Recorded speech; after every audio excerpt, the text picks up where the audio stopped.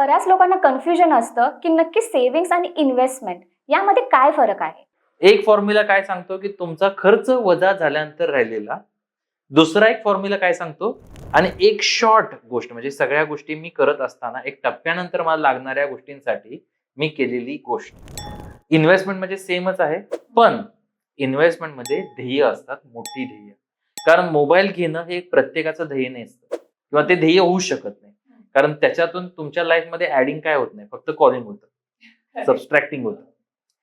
तर आता गोल म्हणजे काय की मी रिटायर व्हायचंय, प्रत्येकाला स्वतंत्र व्हायचंय, प्रत्येकाला आझाद व्हायचंय. पण होणार कसं जर हेच खर्च करत राहिलो? सेव्हिंग खर्च, सेव्हिंग खर्च, सेव्हिंग खर्च. हेच जर शास्त्र आपण कायमस्वरूपी वापरलं तर आपल्या बँकेमध्ये फक्त राहणार आहेत कोंबड्यांची अंडी.